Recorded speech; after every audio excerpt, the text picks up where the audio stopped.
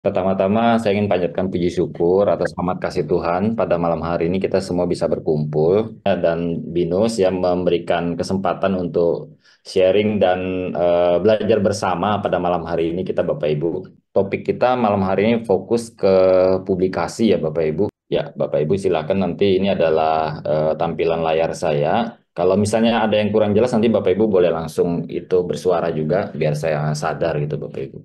Nah, untuk publikasi sendiri di dunia ini, Bapak Ibu, saya lihat trennya ya memiliki pola masing-masing ya. Bahkan antara Asia, Eropa, dan Amerika, ini antar belahan dunia ini memiliki karakteristik yang eh, masing-masing gitu ya.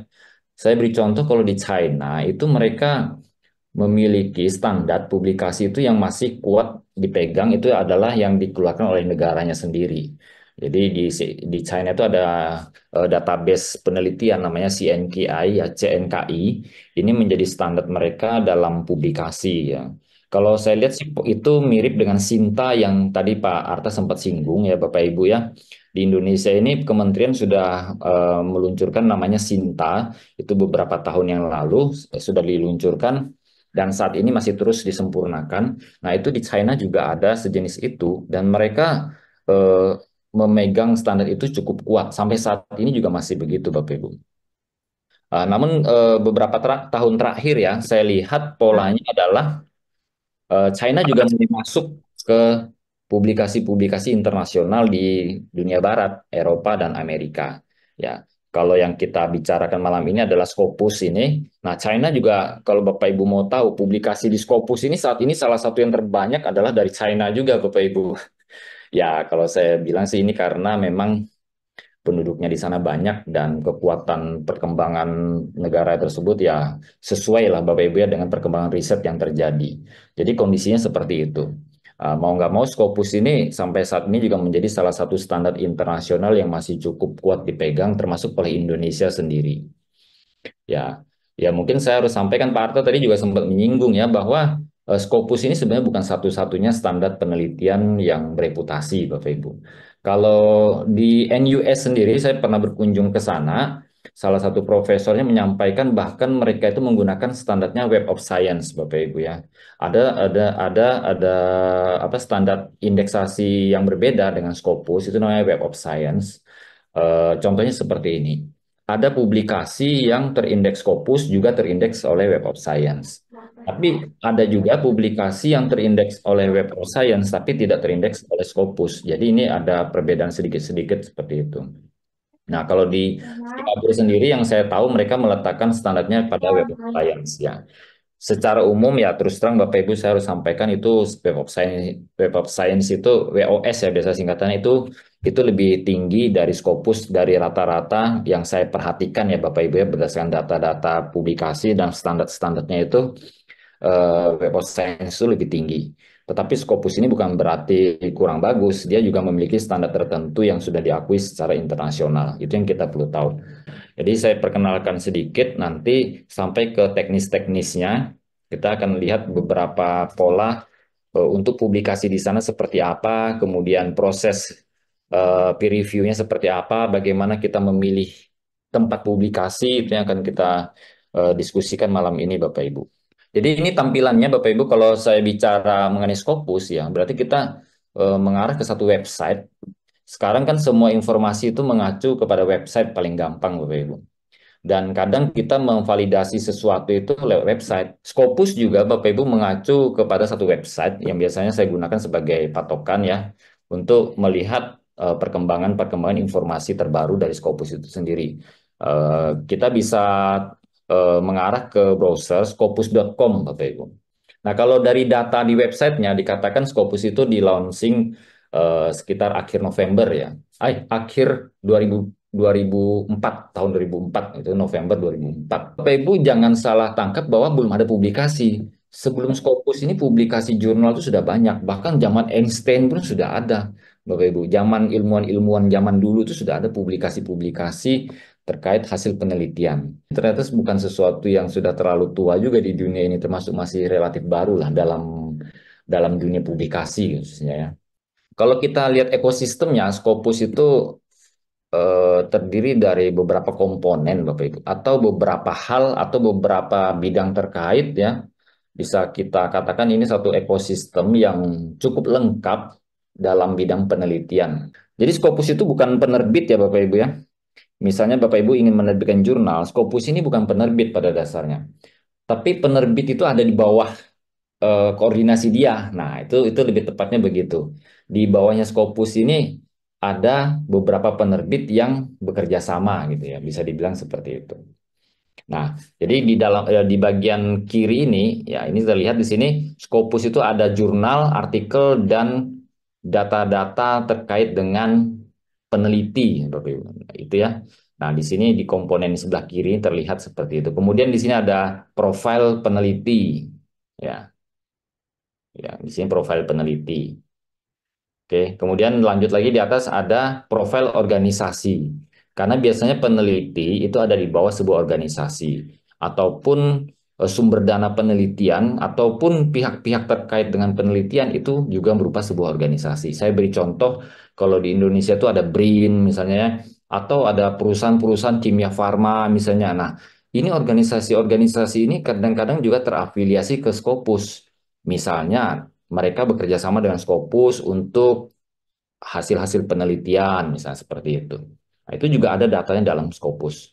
Dan beberapa komponen lainnya lagi di sini Bapak Ibu, termasuk sistem-sistem pencarian data, ya, kemudian sistem ekspor data, penyimpanan data, dan hal-hal lain terkait dengan proses penelitian intinya Bapak Ibu. Di sini ya, Scopus saat ini sudah menerapkan teknologi sangat beragam Bapak Ibu. Di sini ada disebut dengan CSAB, kemudian Big Data Technology, Machine Learning, Semantic Technology, NLP, ya, Natural Language Processing. Kemudian berbagai teknologi lainnya sudah diterapkan di Scopus. Ya kalau kita mau tahu kenapa harus begitu, karena kita bicara data penelitian Bapak Ibu. Jadi Scopus ini bicara data penelitian sehingga kalau kita bicara data, maka tidak akan bisa lepas dari teknologi. Nah, di sini adalah hal-hal yang terkait ya, mulai dari data publikasi, data pembiayaan, kemudian ini Plum X Matrix-nya adalah indikator penilaian kualitas penelitian atau publikasi, Bapak. Misalnya gini, di Plum X Matrix ini contohnya kita bisa melihat satu artikel ini memiliki eh, jangkauan sudah sampai mana. Artinya artikel penelitian ini sudah dipakai orang seberapa banyak, sudah dibaca orang seberapa banyak, berapa besar minat orang terhadap satu artikel penelitian ini. Nah, itu ada indikator atau matriks-matriks pengukuran yang disediakan juga oleh Scopus gitu ya. Kemudian preprint server data, preprint ini sejenis data-data penelitian yang belum publish resmi ya. Kemudian ada Medline data, ini kalau saya nggak salah ini data-data terkait bidang yang kesehatan ya kalau nggak salah ya. Nanti kalau saya salah boleh dikoreksi. Kemudian ini unpaywall data, nah, data-data pendukung lainnya lagi. Jadi ini adalah satu ekosistem yang dimiliki oleh Scopus, Bapak Ibu. Jadi di dalam Scopus itu secara sederhana kita bisa sampaikan begini. Ada sekitar puluhan ribu artikel jurnal yang publish di sana. Penerbit jurnal maksudnya, atau judul jurnal. Misalnya gini, kalau di BINUS kan ada bagian untuk bisnis, itu namanya BINUS Business Review. Itu satu satu judul jurnal, Bapak Ibu. Nah, di Scopus itu ada 27.950 judul, sekitar itu. Ya, sekitar itu judul jurnal yang ada di Scopus.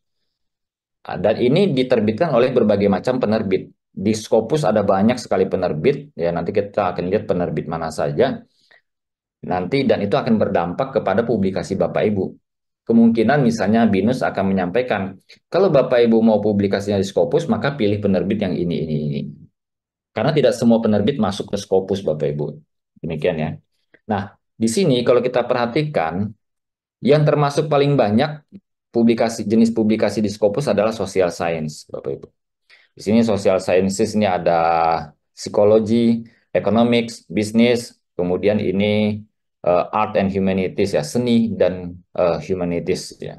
Bidang social science ini memiliki porsi yang paling besar Bapak Ibu. Kemudian ada bidang physical sciences ya, ilmu-ilmu pengetahuan sejenis ilmu alam gitu ya. Kemudian ini ilmu tentang kesehatan, ya, health sciences, dan ini life sciences. Nah, ini ilmu tentang ya terkait biologi lah. Ini adalah bidang ilmu yang ada di dalam publikasi jurnal di Scopus. Ya, intinya kita bisa melihat bahwa bidang social sciences mungkin yang paling dekat dengan bidang kita, Bapak Ibu, termasuk paling besar, masih paling banyak lah di Scopus. Jadi, bisa disimpulkan harusnya kita tidak terlalu sulit ya cari publikasi di sana. Oke, ini Bapak Ibu adalah eh, publisher ya, penerbit-penerbit yang masuk dalam cakupan indeks Scopus. Nah, mungkin saya akan menjelaskan sedikit kata indeks ini Bapak Ibu. Jadi indeks ini bisa dikatakan sebagai satu apa ya, angka patokan atau standar yang biasa digunakan dalam, kalau kita bilang indeks penelitian berarti ini patokan dalam sebuah penelitian gitu ya. Atau kita bisa bilang standar dalam penelitian, atau juga bisa kita bilang ukuran dalam penelitian. Ukuran apa yang dimaksud ini? Standar apa yang dimaksud? Ya standar kualitas atau ukuran kualitas gitu ya. Artinya bisa dibilang seperti ini Bapak Ibu. Kalau kita percaya Scopus ini cukup berkualitas, maka penelitian-penelitian yang terindeks oleh Scopus atau terukur oleh Scopus itu berarti penelitian yang diakui kualitasnya sudah lumayan bagus gitu ya.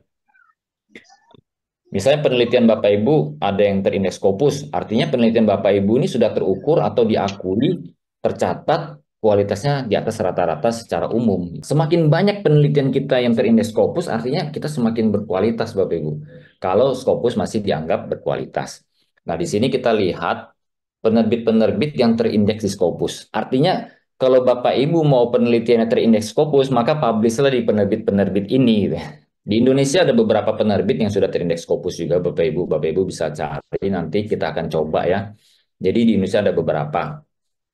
Di keguruan, misalnya bidang ilmu yang misalnya terkait dengan agama Islam, misalnya itu ada beberapa artikel jurnal yang terindeks Scopus. Karena Indonesia sendiri riset mengenai agama Islam ini kan cukup intens, karena mayoritas di sini periset kita juga banyak yang meriset tentang itu. Jadi sudah ada beberapa jurnal yang terindeks Scopus, itu yang saya tahu.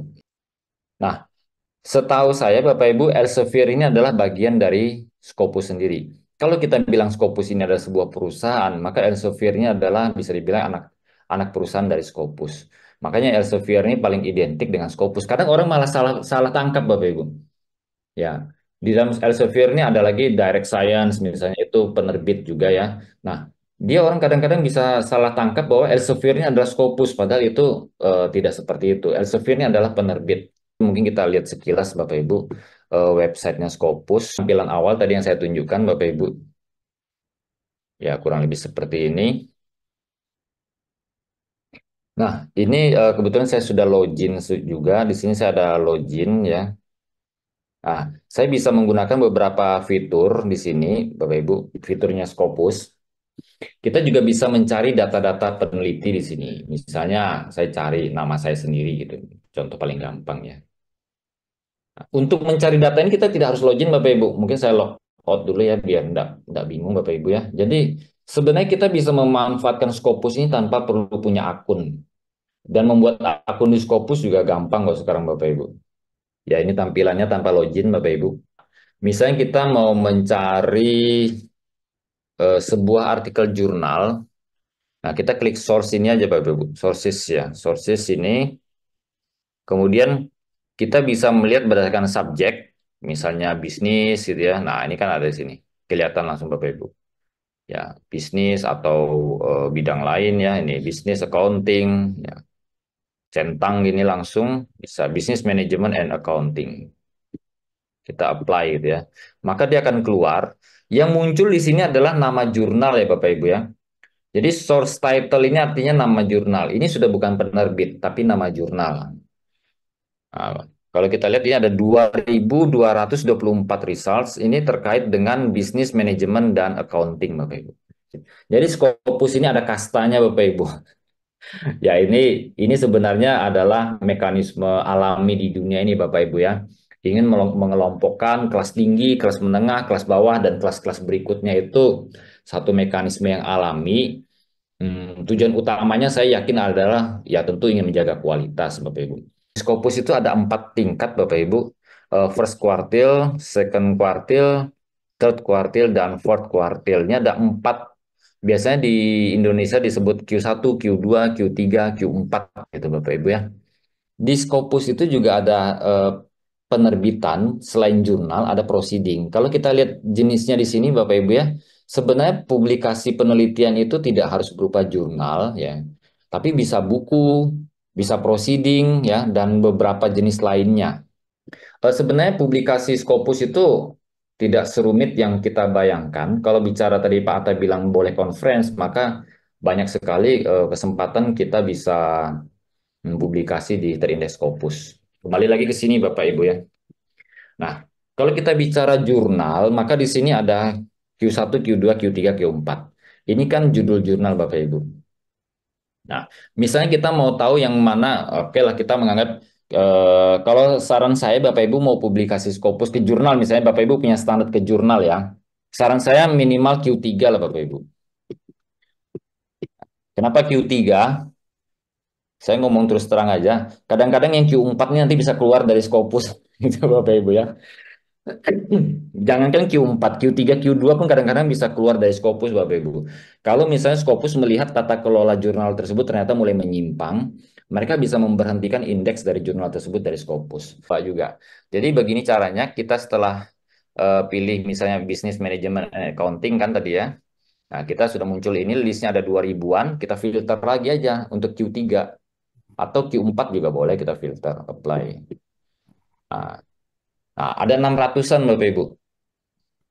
Ya, 600-an jurnal yang masuk ke Q3 dan Q4. Kalau mau Q3 aja mungkin lebih sedikit, Bapak Ibu tidak usah terlalu pusing mikirnya. 300-an Bapak Ibu, ada 300-an. Nah, di sini setelah sampai sini kita pasang standar lagi. Kira-kira saya mau yang Q3 paling tinggi ini atau yang di bawah-bawah. Nah, itu terserah Bapak Ibu lagi. Dan kadang-kadang ini jurnal ini memiliki skop masing-masing Bapak Ibu. Saya beri contoh, misalnya yang ini dia khusus human resource, ya kan? Dari namanya saja sudah itu. Nah, kalau ini lebih keren lagi Bapak Ibu. International Journal of Spa and Wellness. Oh, jelas kalau Bapak Ibu risetnya di spa, publish ke sini bagus sih menurut saya Bapak Ibu. Ya, karena dia sangat spesifik sekali. Jadi kadang-kadang jurnal itu memang aneh-aneh namanya Bapak Ibu. Mereka menyesuaikan dengan ya minat penerbitnya lah mau ngapain gitu ya. Nah, di sini Journal of Personal Psychology. Nah, ini standarnya makin ke atasnya makin tinggi Bapak Ibu. Itu yang Bapak Ibu perlu tahu. Kemudian misal kita pilih salah satu ya Bapak Ibu ya. Contohnya aja misalnya. Misalnya evidence based HRM. Kita klik aja Bapak Ibu. Nah, kalau Bapak Ibu buka, maka akan keluar beberapa detail di sini. Yang penting kita perlu lihat adalah ini. Currently covered by Scopus, ini kelihatan bahwa jurnal ini sudah terindeks Scopus itu dari 2013 sampai 2024. Ini termasuk lumayan lama lah Bapak Ibu, sudah 10 tahun lebih. Artinya publikasi jurnal ini selama 10 tahun kualitasnya tuh sesuai dengan standar Scopus. Cukup baik gitu Bapak Ibu. Dan ini penerbitnya adalah Emerald ya. Bapak Ibu tahu tadi Emerald kan salah satu dari yang penerbit terbesar di Scopus juga nih. Emerald ada 1% dari 27.000 tadi ya. Berarti berapa itu? 270-an lah ya. Ya, 270-an jurnal itu punya Emerald ada di dalam Scopus 1%-nya nih ya. Nah, ini salah satunya tadi adalah ini evidence based human resource management. Nah, nah, ini kalau Bapak Ibu sudah lihat ini, Bapak Ibu mau submit ke sini artikelnya, tinggal buka aja websitenya Bapak Ibu. Buka websitenya di mana ya? Saya coba cek. Apakah di sini bisa atau kita cari manual Bapak Ibu. Kalau di sini misalnya nggak bisa dicari di sini ya, nggak ada link-linknya gini, kita ketik manual aja Bapak Ibu. Ini buka ke arah mana nih? Saya coba cek. Wah, ini dia minta ini ke login. Nah, jadi Bapak Ibu copy paste saja ini langsung. Nah, terus cari ke sini. Misalnya di sini tulis Emerald untuk lebih mengarahkan langsung ya kadang-kadang istilah ini kan ada di mana-mana. Nah, ini kita langsung masuk ke penerbitnya sudah Bapak Ibu, yaitu emeraldgrouppublishing.com. Ya, ini ya Bapak Ibu ya. Nah, ini adalah website penerbitnya di mana kita bisa mensubmit artikel kita seperti juga BINUS misalnya, Business Review. Nah, kalau kita klik ini adalah website dari penerbitnya jurnal BINUS Business Review di mana kita bisa mensubmit artikel kita. Oke, seperti ini. Nah, dari sini kita bisa melihat ya beberapa data terkait dengan jurnal ini, Bapak Ibu. Biasanya kalau kita mau submit itu kita perlu apa namanya login dulu. Login itu berarti kita perlu membuat akun dulu, Bapak Ibu. Coba kita lihat menunya ya. Nah, ini juga saya perlu sampaikan Bapak Ibu, jangan sampai bingung karena semua tampilan penerbit jurnal itu gaya masing-masing. Ya, Bapak Ibu yang perlu tahu ya. Jadi kalau Bapak Ibu sudah lihat buka di Emerald ini tampilannya begini, misalnya ya. Nah, nanti buka BINUS, loh kok modelnya beda lagi nih, saya mau kemana ini, dari mana ke mana. Nah, itu Bapak Ibu perlu, apa istilahnya, perlu membiasakan diri bahwa setiap penerbit itu memiliki gaya masing-masing gitu. Ya. Bagaimana kita mulai memproses eh, penerbitan di jurnal ini, misalnya gitu. Oke, sebentar ini saya back dulu. Nah, kalau kita lihat di website ini websitenya Evidence Based HRM tadi, ada banyak menu sini Bapak Ibu, jangan bingung ya. Nah, kita cari aja menu-menunya ada kata autornya paling enggak. Nah, ini autor. Di sini kan sudah ada. Nah, di sini kita baca aja. Nanti biasanya akan ada menu untuk submit. Kadang-kadang juga dia ada di luar Bapak Ibu. Maksudnya dia ada di menu-menu utama, kita nggak usah terlalu pusing. Dia biasanya sebelah kanannya ada gitu. Nah ini submit your paper. Di sini artinya ada menu-menu untuk proses submit. Nah kalau Emerald biasanya dia bermain di sini Bapak Ibu. Manuscript Central. Ini manuscript Central ini dia adalah salah satu pusat, sepertinya ini terafiliasi dengan Emerald karena rata-rata jurnal Emerald itu submitnya ke website ini Bapak Ibu, manuscriptcentral.com. Dia terafiliasi dengan Emerald. Nah, kalau Bapak Ibu mau submit dia akan mengarahkan ke sana. Oke. Tapi nanti kita akan lihat lebih detail Bapak Ibu ya standar-standar untuk submit itu seperti apa. Sekarang kita lihat ini Bapak Ibu adalah langkah-langkah untuk mempublikasikan. Ya. Nanti kita juga mungkin akan kalau masih ada kesempatan waktu kita bisa singgung sekilas mengenai Sinta Bapak. Nah, tapi sebelum itu kita coba akan bicara. Ini namanya ya tadi Pak Arta sempat menyebutkan kata idealisme ya. Saya juga pakai ini sebagai bisa dibilang idealisme kualitas penelitian Bapak Ibu. Nah ini saya ambil dari websitenya Elsevier ya. Salah satu penerbit yang ada di bawah Scopus tadi. Ya. Elsevier ini salah satu penerbit, mereka memiliki banyak sekali referensi yang bisa kita gunakan untuk belajar Bapak Ibu. Jadi Elsevier ini kalau kita lihat-lihat juga sebenarnya cukup baik ya. Dia mengeluarkan standar cukup tinggi, tetapi dia memberikan banyak sekali pedoman. Kalau Bapak Ibu buka websitenya itu, dia banyak sekali standar ataupun pedoman yang bisa di-sharingkan untuk kita belajar bersama Bapak Ibu. Ya. Nah, ini contoh websitenya Elsevier, salah satu penerbit yang ada di bawahnya Scopus.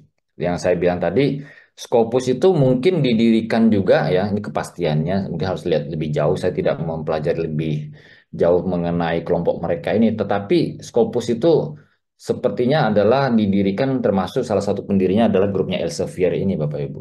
Nah, di sini di websitenya ini mereka memberikan sebenarnya banyak sekali pedoman-pedoman ya untuk kita kalau kita mau belajar untuk penerbitan jurnal ya. Nah, ini adalah standar-standar publikasi yang bisa saya sharingkan Bapak Ibu. Yang intinya begini, kalau Bapak Ibu bisa memenuhi ini semua, harusnya artikel Bapak Ibu bisa publish gitu ya.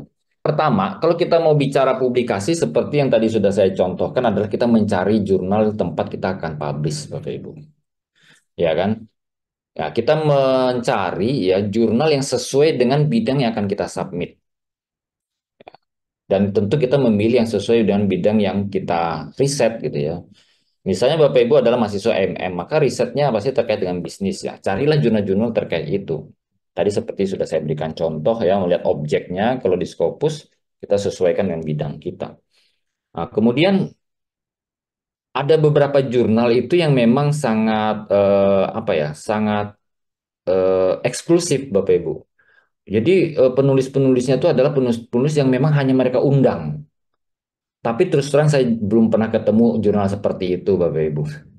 Ya, 90% lebih kayaknya ya jurnal di dunia ini adalah jurnal-jurnal yang membuka kesempatan bagi seluruh penulis dimanapun berada. Nah, tapi di sini mereka memberikan contoh kasus ya. Eh, Pastikan bahwa kita bisa submit karena beberapa jurnal itu menggunakan sistem undangan gitu ya. Nah, yang ketiga ini adalah kita mulai melihat kualitas jurnal tadi Bapak Ibu yang saya bilang Q1, Q2, Q3, Q4. Ya, apakah jurnal ini memiliki kalau kalau di sini namanya impact ya. Kalau kualitas makin tinggi itu karena pengukuran impact-nya itu lebih besar Bapak Ibu. Impact factor biasanya jurnal itu memiliki impact factor. Kalau Bapak Ibu perhatikan tadi di Scopus itu ada impact factor yang dia bisa sampaikan di sini. Sebentar, saya balik ke listnya saja. Nah, di sini Bapak Ibu ada impact factor yang dia bisa tunjukkan dengan data-data yang ada ini. Misalnya di sini ada jumlah citasinya ya, dan ini ada SJR-nya, SNIP ini standar-standar pengukuran impact factor ini yang mereka anggap jurnal ini memiliki dampak lah. Kalau dari namanya impact factor, dan jurnal ini memiliki kontribusi yang cukup besar dalam pengetahuan. Semakin tinggi berarti dia semakin besar, Bapak Ibu.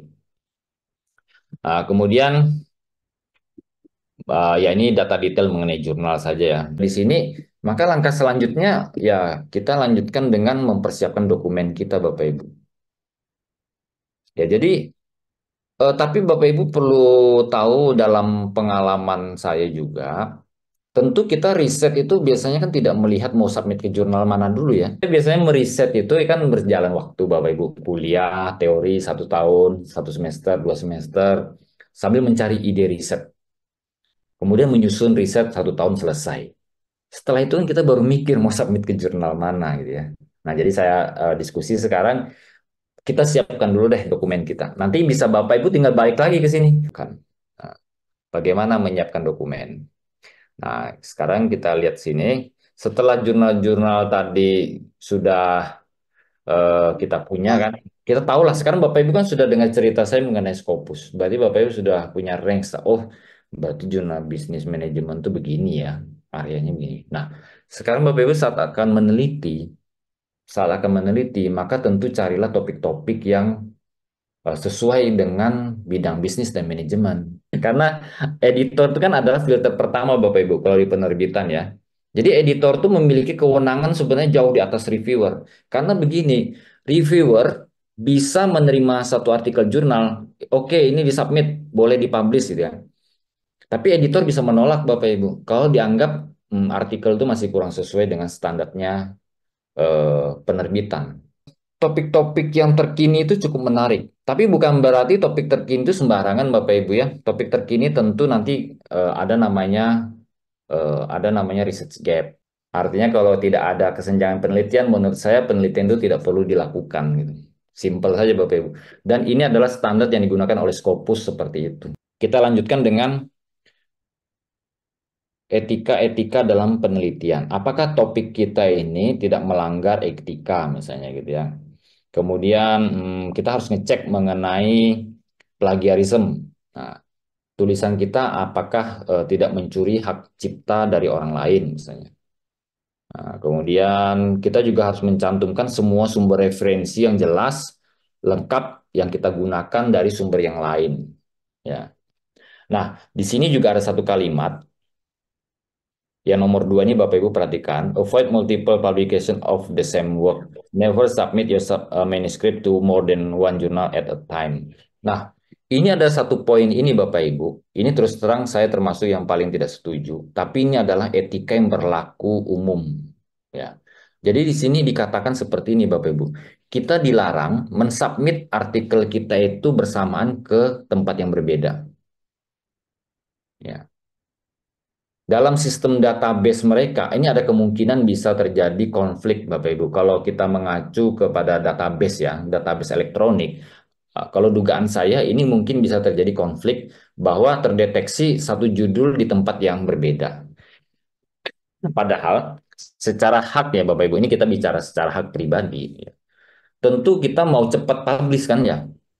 Karena Bapak Ibu kalau perlu tahu juga, ada jurnal-jurnal tertentu yang kita submit sampai 2 bulan, 3 bulan tidak ada kabar.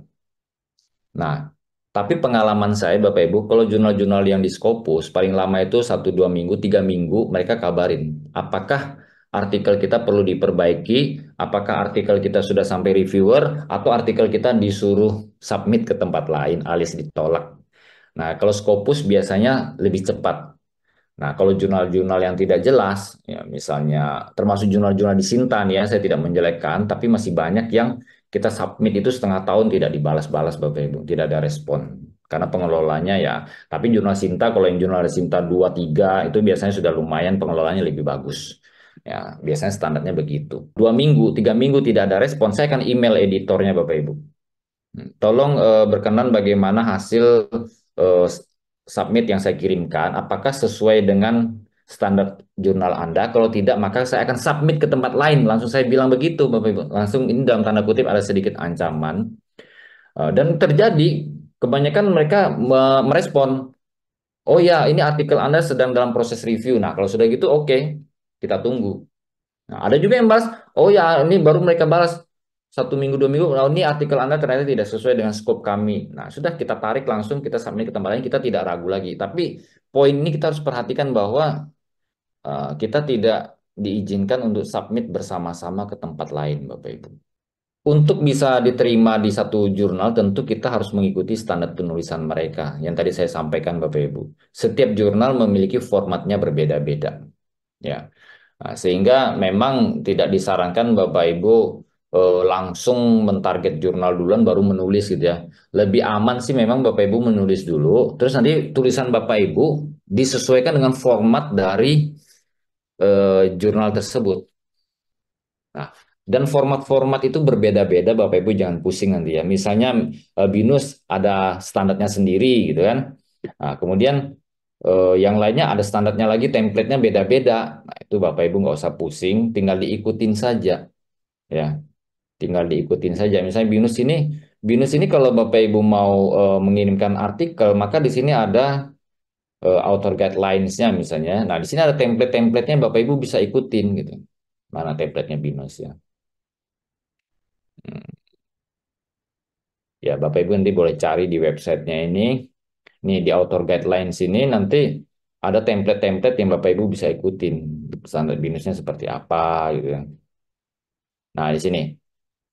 Ini kan template of BINUS Business Review can download here ini. Jadi ini template-nya sudah ada, enak seperti ini. Dan jurnal-jurnal yang bagus selalu ada template-nya jelas ditunjukkan untuk kita download, kita ikutin ya.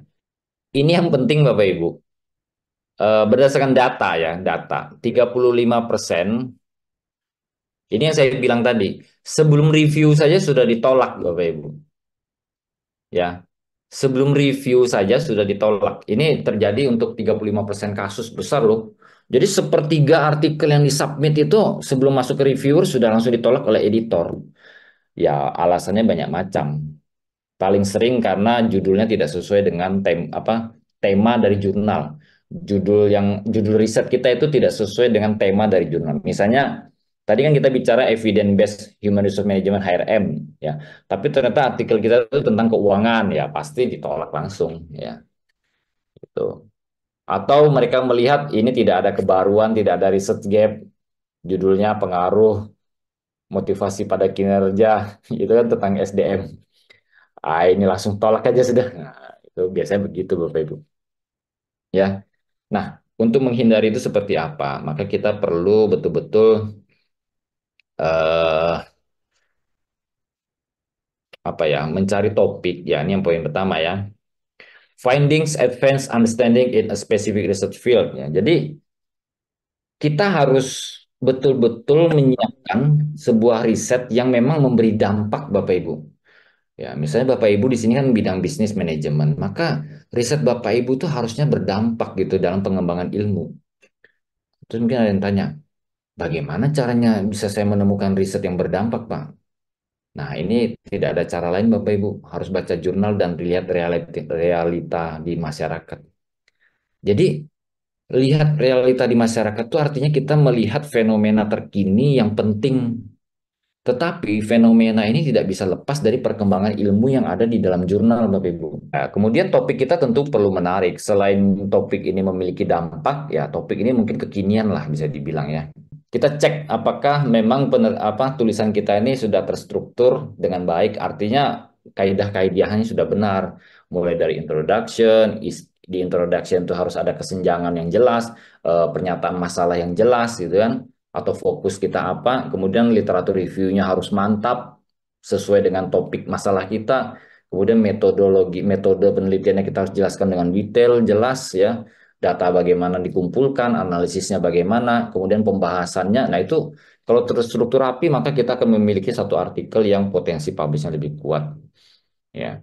Nah, kemudian eh, kesimpulan hasil penelitian kita harus sesuai dengan pembuktian yang kita lakukan dalam riset kita, gitu. Jadi harus sejalan. Saya sering bilang ke mahasiswa, mulai dari masalah ataupun fokus, literatur review, kemudian pernyataan hipotesis ataupun proposisi, pembahasan, sampai kesimpulan ini satu benang merah yang tidak boleh putus, sejalan. Nah ini selalu saya sampaikan ke mahasiswa seperti itu Bapak Ibu. Kita riset juga seperti itu, harus sinkron, harmonis, dan benang merah ini tidak putus.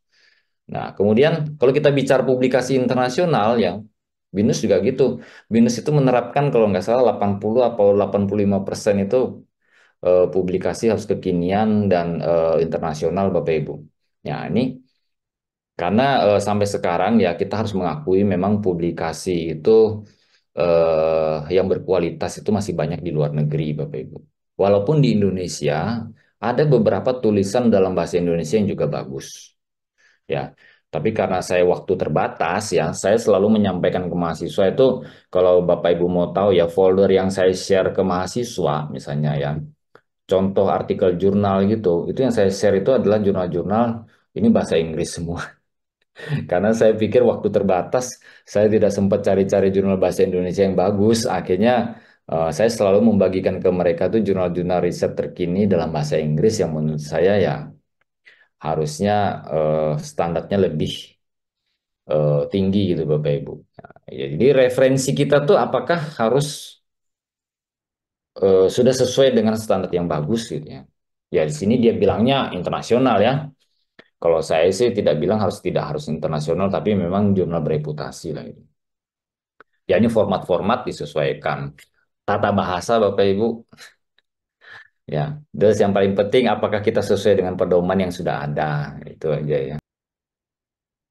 Jadi kalau kita bicara review ya Bapak Ibu, ini saya tunjukkan standar untuk review, ini aja kali ya.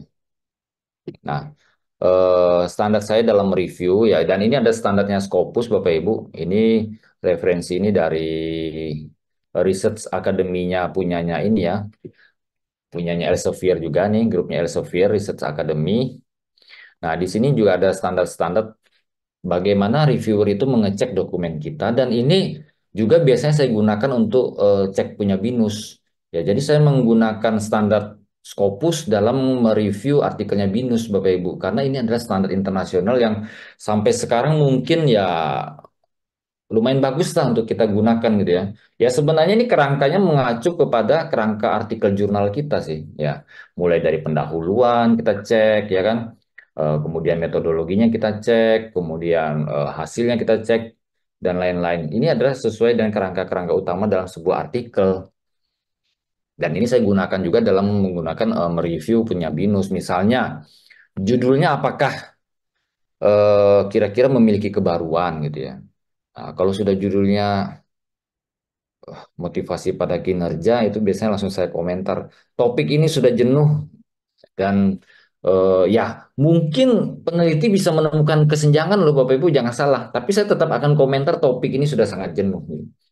Dan saya akan cek di introduction-nya ini, ya kan? Nah ini Di sini ada yang namanya kalau di introduction Bapak Ibu bisa lihat ya.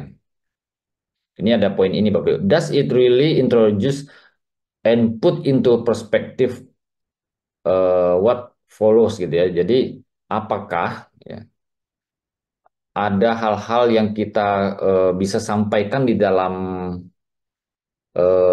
artikel jurnal ini di bagian introduction ini gitu. Nah, kemudian apakah ada kebaruan-kebaruan yang kita bisa berikan dari hasil riset ini? Kemudian apalagi beberapa hal. Nah, di sini juga apakah ini sudah tersusun dengan baik? Nah, ini format-format ini yang biasanya digunakan dalam melakukan review oleh reviewer gitu ya. Nah, kemudian metodologinya juga, apakah metodologi yang disampaikan sudah detail, cukup jelas? Karena kadang-kadang peneliti itu menulisnya loncat-loncat, nggak detail, sehingga kita kadang bingung. Loh, ini bagaimana cara dia mengumpulkan data ya? Atau kuesionernya ini standarnya apa ya? Apa indikatornya ini diambil dari mana? Nah, ya kan? Nah, ini seperti ini.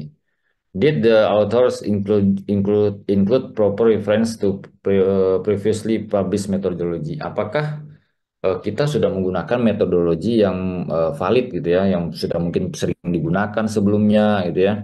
Nah, atau metodologi kita ini ngarang, gayanya tidak jelas, gaya bebas. Nah, itu juga hati-hati.